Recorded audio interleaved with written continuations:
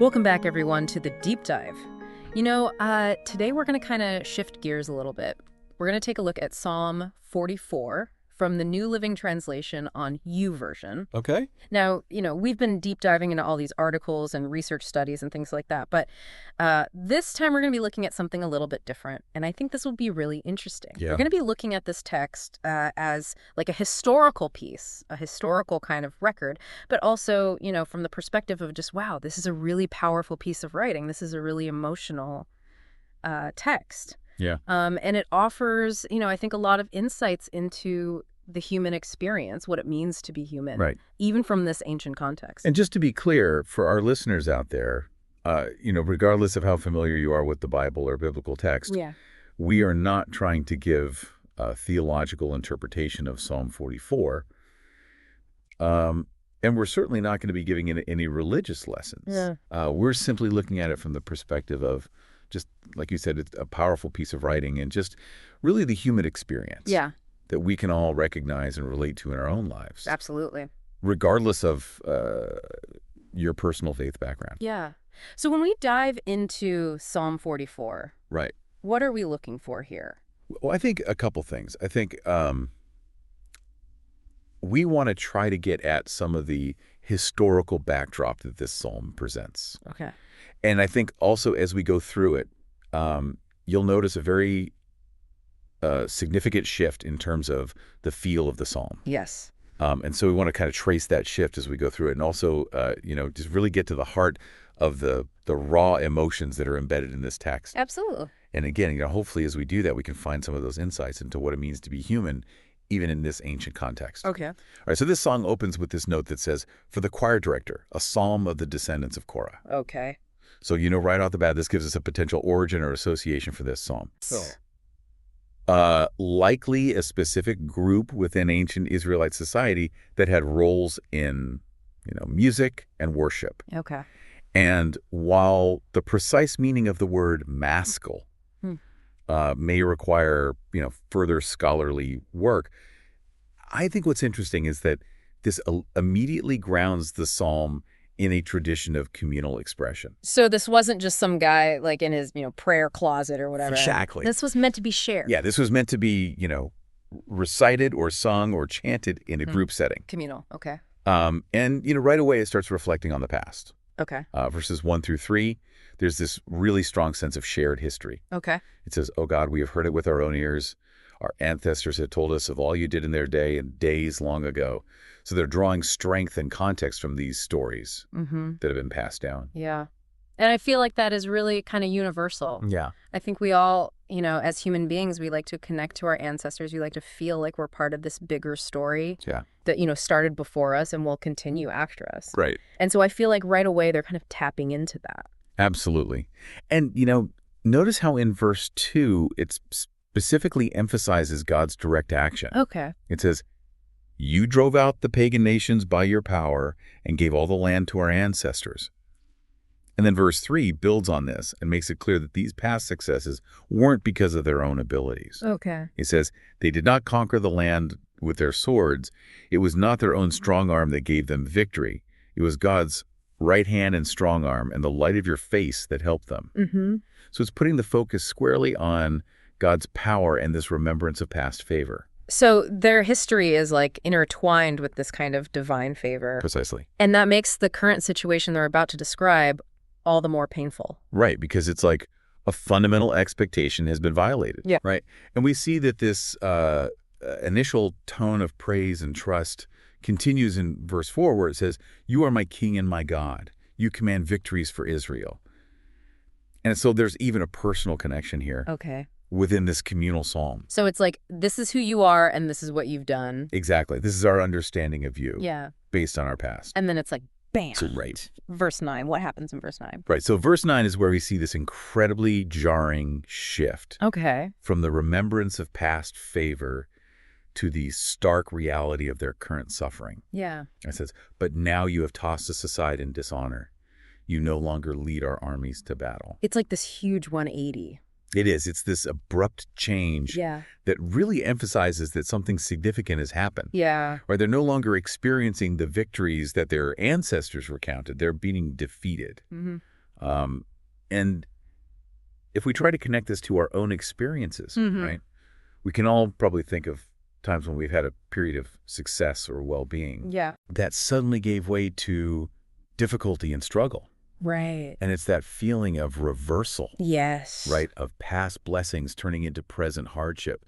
And I think that's a really powerful and universal theme Absolutely. that we see all throughout history and literature and even our own personal lives. Okay, so let's talk about the suffering that they're going through now, because they're not just like, oh, we lost a battle. Right. These verses that follow paint a really visceral picture. Yes, they do. So verses 10 through 16 Yeah. really go into detail about the various forms of suffering that they're enduring. Okay. It talks about retreating from their enemies, being plundered. They even use the imagery of being butchered like sheep and scattered among the nations. Right. And so it really conveys this deep sense of vulnerability and helplessness. Yeah, and I thought verse 12 was really interesting when they said, you sold your precious people for a pittance, making nothing on the sale. Right. It's like not only are they defeated, but they're worthless now. Exactly. It's emphasizing this total devaluation of their people. Right. It's not just about, military defeat or, loss of land or resources. Yeah. It's about the fact that they've become completely devalued. Yeah, they don't even matter. Right. Wow. And then, as if that's not bad enough, they also talk about the mockery and scorn that they're receiving from their neighbors. Right, verses 13 and 14. Exactly. So, Yeah. They're being mocked and ridiculed, and it's not just about physical hardship. It's about the erosion of their dignity and their standing in the eyes of the world. So they've gone from this people who felt like they were chosen and they had this divine favor and they were victorious to now they're like the laughingstock. Exactly. Wow. They've gone from the penthouse to the outhouse, so to speak. Yeah.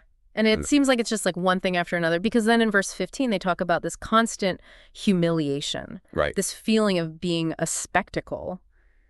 Shame is written across our faces, as the psalm says. And then verse 19 just hits you with this super bleak imagery. It does. It says, yet you have crushed us in the jackal's desert home.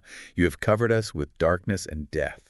So it's not only are we being defeated and scattered and mocked, but we're also in this desolate place. Right. This wasteland. It's this image of being in this completely lifeless and desolate place. Wow. Enveloped in darkness. And so, it's incredibly potent imagery. It is. But what's really interesting is that in between all this talk about their suffering, they actually take a moment to affirm their faithfulness. Yes, exactly. So in verses 17 and 18, they say, all this has happened, though we have not forgotten you. We have not violated your covenant. Our hearts have not deserted you. We have not strayed from your path. It's wait a minute. Yeah. You're saying you're still faithful even though you're going through all this? Exactly. And that's what makes this so poignant. Yeah. Because they're experiencing all this suffering, not as a consequence of some perceived unfaithfulness, but despite their continued devotion. That's a tough one. It is. It's a tough one. And it really raises this fundamental question that I think, people have grappled with for centuries. Yeah. Which is, why do bad things happen to good people? Yeah, what is this whole suffering thing about? Right. What is the nature of suffering? Mm-hmm. And where is God's justice in all of this? Yeah, and I think that kind of leads us into this final section of the psalm, which starts in verse 23. Right. Where they just let loose with this incredibly raw and desperate plea. Yes, they do. For divine intervention. The tone shifts again. Yeah. This time to one of urgency and almost desperation. Yeah. It says, wake up, O Lord. Why do you sleep? Get up. Do not reject us forever. Mm-hmm.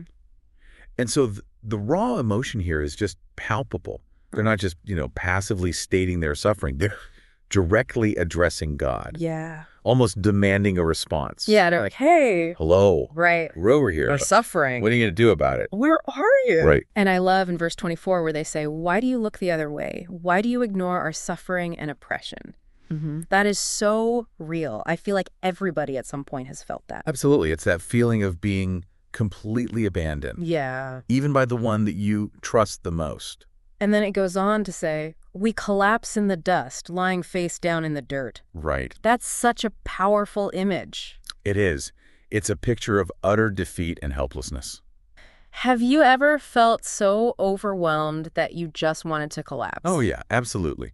Many times. Yeah. And it's a feeling that I think, unfortunately, a lot of people can relate to. But even in the midst of all this despair, the psalm doesn't end with like complete resignation. Right. They end with a glimmer of hope. Yes, they do. And it's rooted in this underlying faith that they've been expressing throughout the whole psalm. Yeah, that last verse. Verse It 26. says, rise up, help us, ransom us because of your unfailing love. And that last phrase, because of your unfailing love, is really interesting because it sort of loops back to their initial understanding of God's character. Right. Even in the midst of what they're experiencing. They're like, you're still there.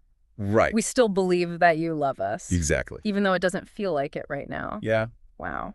So you've been listening to all of this.